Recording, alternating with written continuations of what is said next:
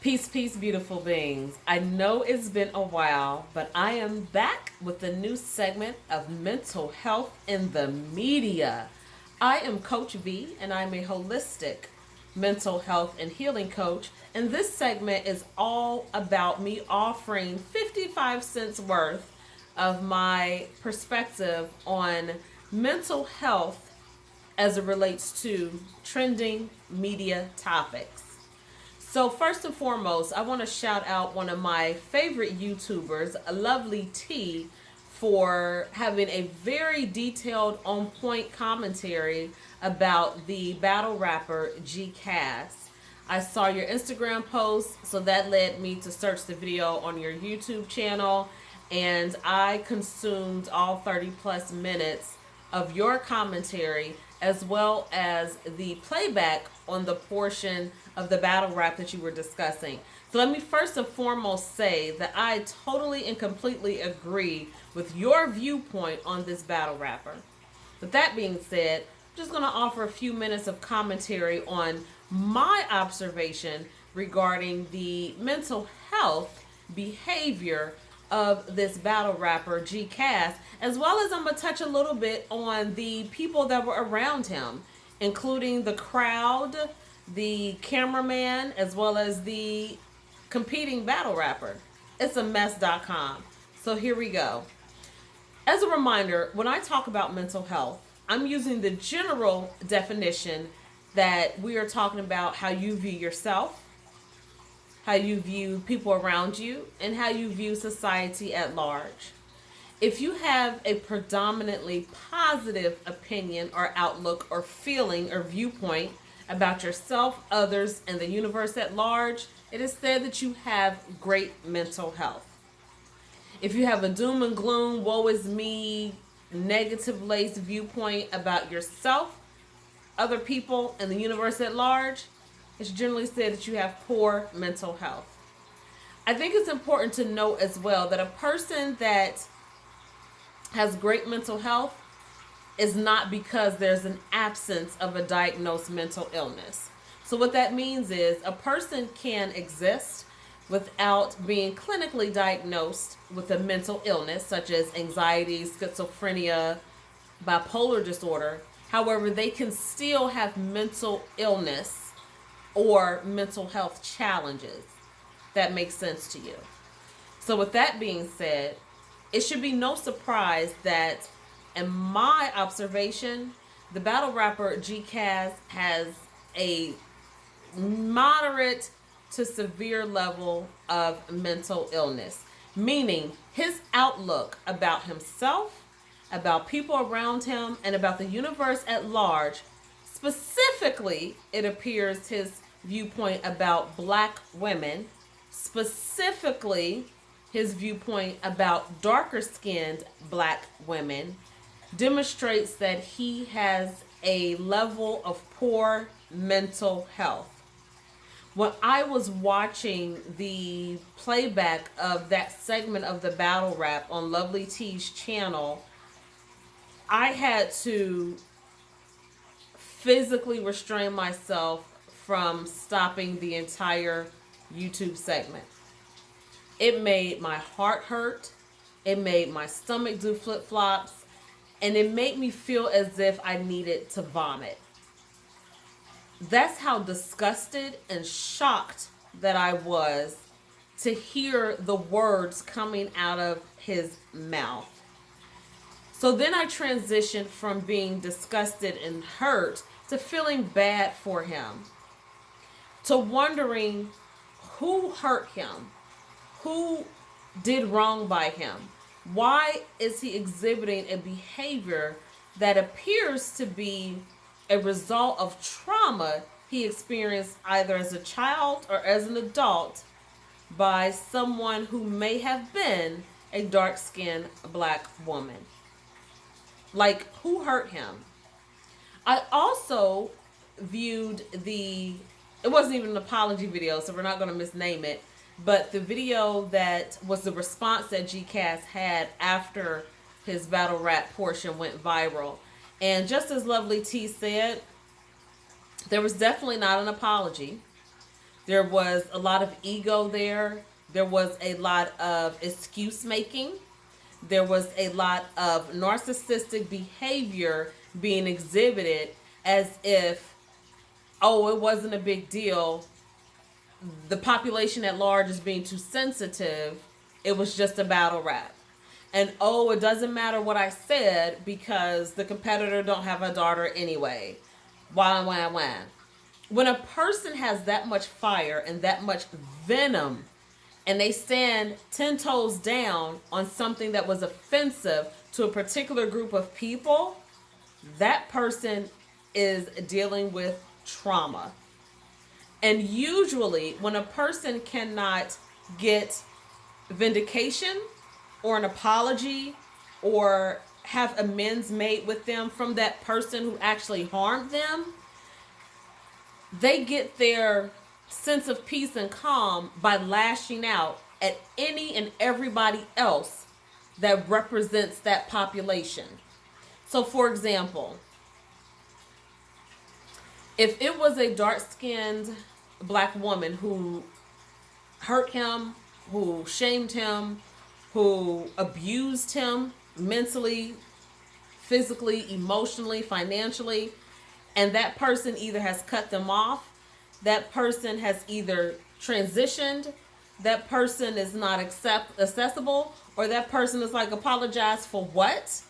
Then usually that victim, since they can't get what they need from that person to fix it, now everyone that represents the look of that person, so a dark-skinned black woman, is now a target. Age is not a factor. Personality is not a factor. Skill set is not a factor. It's just, you represent this person who hurt me. So because you represent that person who you will never know, you remind me of them. So every chance I get, I'm going to tag you. I'm going to talk about you. I'm going to demean you. I'm going to abuse you. I'm going to do you dirty. I'm going to talk bad about you to other people. Simply because I can't get what I need to heal from the original person. So everyone that represents that person to me, I'm tagging them. I'm all in, period, point blank. And they have resolved within themselves that that's the right way to go about it. They've resolved within their hearts that this is okay. This is what brings me peace. I don't care what you say. I don't care how you feel. This makes me feel good. When in reality, it doesn't. But they became so delusional in this whole story that they created in their mind to justify and to get vengeance over the person who wronged them. They've made it such an acceptable behavior that they're really not trying to hear what I got to say, what you got to say, what they people got to say. Like, they're really not trying to hear it.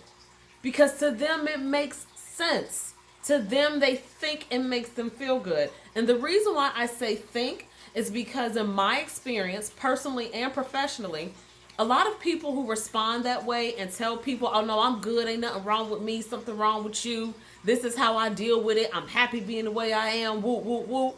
A lot of times when people respond that way, they have convinced themselves that this is what they need to heal. But I promise you, those are the same people that cry to themselves, that talk about harming themselves, that really want to be loved and embraced, that really want an apology, that really want forgiveness, that really want trust. Like, those are those people, and they just built such a barrier around their heart, around their mind, around their words, that just spit venom back to back to back to back to back. And that's not okay. That's not okay. So, of course, I don't know if he's going to see this or not, but I'm just going to take a stand and say that, GCAS, if you do see this, or if your camp sees this, and you want to talk, you want to reach out and communicate and begin to work through some of those harmful thoughts that you have or the trauma that you've experienced, reach out for me. Send me a message, email me, DM me. Because right now I know there's a lot of heat coming down upon you. One, because of the content of your battle rap. And then number two, the heat has intensified because how you responded to the viral video. So there's not a lot of people feeling a lovey-dovey, kumbaya, let's forgive this brother, rap love around him moment. So I'm going to step out from the crowd and extend that to you. I don't look down upon you. I don't feel as if you're the scum of the earth, because I have a past. And because I have a past and I was able to do the work and the soul healing to be the woman that I am today, how dare I look with disdain upon someone else and I've been where they are. Now let's be clear. I've done my fair share of dirt, not to the extent that G Cass has done. I'm just explaining that I can relate to that type of harmful mentality. And to use the cliche, if I could change and grow and heal, he can too. So if anybody in his camp sees this, if he sees this and he wants to connect, cool. If not, that's cool too. But I'm putting that energy out to the universe that this is a brother who has been traumatized. I will go out on a limb and say, by a dark-skinned black woman. Maybe it was someone who he thought should save him from a particular scenario that was harmful to him, and she let him down. Maybe it was someone he gave all his love and heart to, and she let him down. Something happened in this man's life, either as a child, teenager, or young adult, that has hardened his heart so that he speaks such disrespect, negativity, venom, and just downright lower level energy foolery upon the black woman. Disregard for age, personality, background. He just sees a particular thing and he's triggered. I would recommend an apology to himself, to the fictitious daughter that he was battle rapping about, as well as to the dark-skinned black woman community at large. I encourage you women who watch this portion of the battle rap to not take offense. This has nothing to do with you. Your melanin is popping. Beautiful black queens. He has an issue. And I encourage you all not to personalize or internalize an issue that some random man has about people that look like you. If you want help with how to step out of that box of victimization and shame and to move into your power, send me a message, comment, email me. We can discuss that as well. And to the community around him, meaning the other battle rapper, the photographer, the audience, and there were women in that audience as well. And no one on record has stepped up and said, dog, that's not cool. Like, I could not even understand why he was allowed to continue to go on and on and on with his verbiage. Fictitious daughter or not, at some point as a community, we have to uplift and unite and say, no, that's not okay. Oh, it's just a battle rap. It's grimy. That's what we do. I get it. But you got 99,000 other subject matters you can talk about. This will not be tolerated right here. Why did no one in the surrounding community stand up and say that? One of the women, one of the men, the competing battle rapper, the guy recording the footage, the DJ, somebody. And the reason why I said on record, because we really don't know if someone said anything after the camera stopped recording. But let's say no one didn't. Why? There is a massive disconnect right now with unity and support and just downright agape love for one another.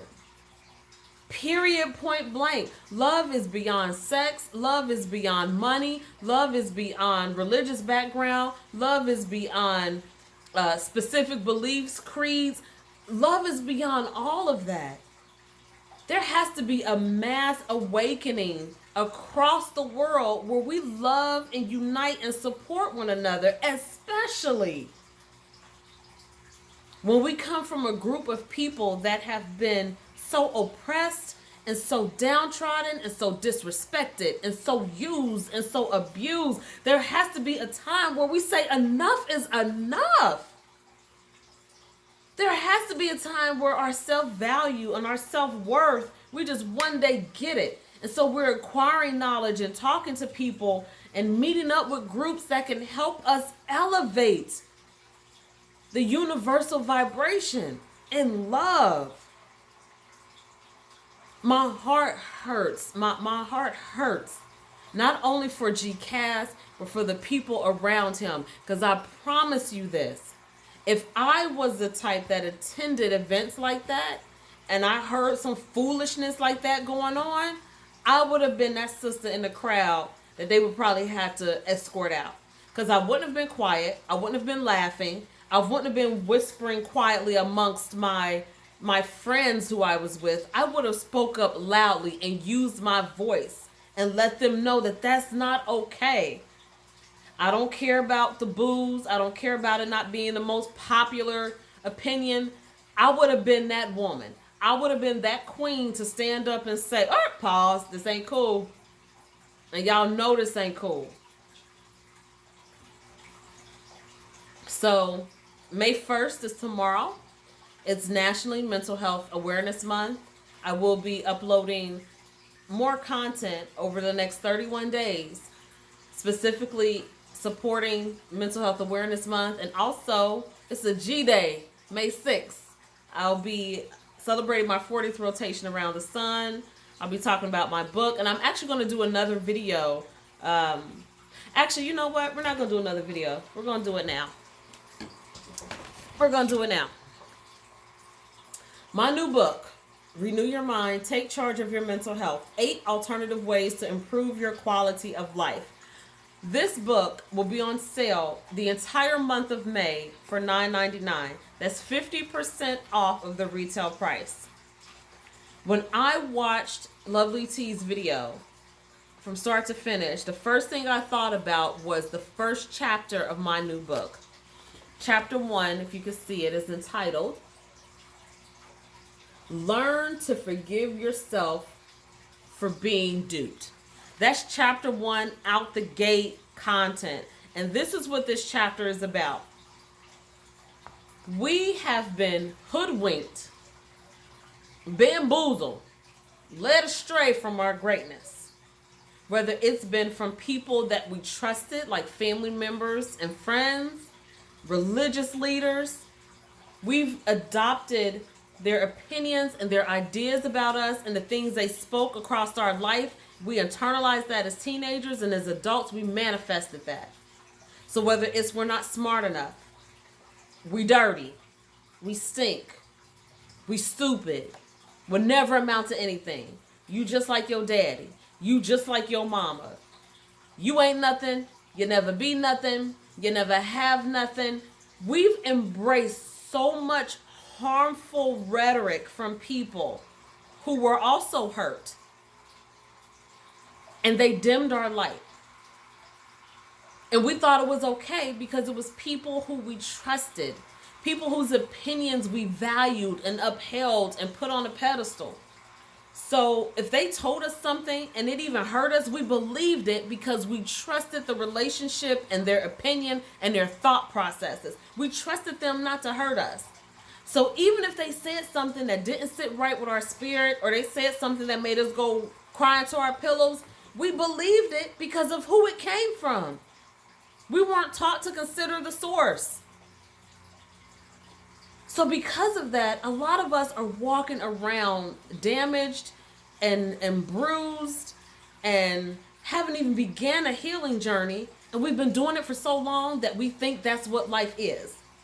So chapter 1 of my new book talks about how you can get back to believing in yourself and your abilities, your future possibilities, and your God-given capabilities.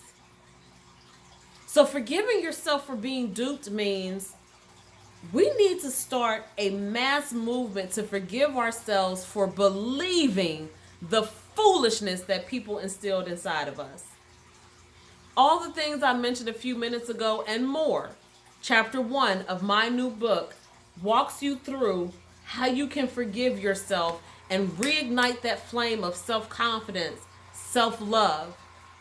Because a lot of us are walking around here like zombies mentally because we keep replaying over and over and over the record that somebody who we trusted said to us when we were very impressionable. So forgiving yourself for being duped is first looking in the mirror and saying, you know what? I forgive you for believing this stuff about yourself.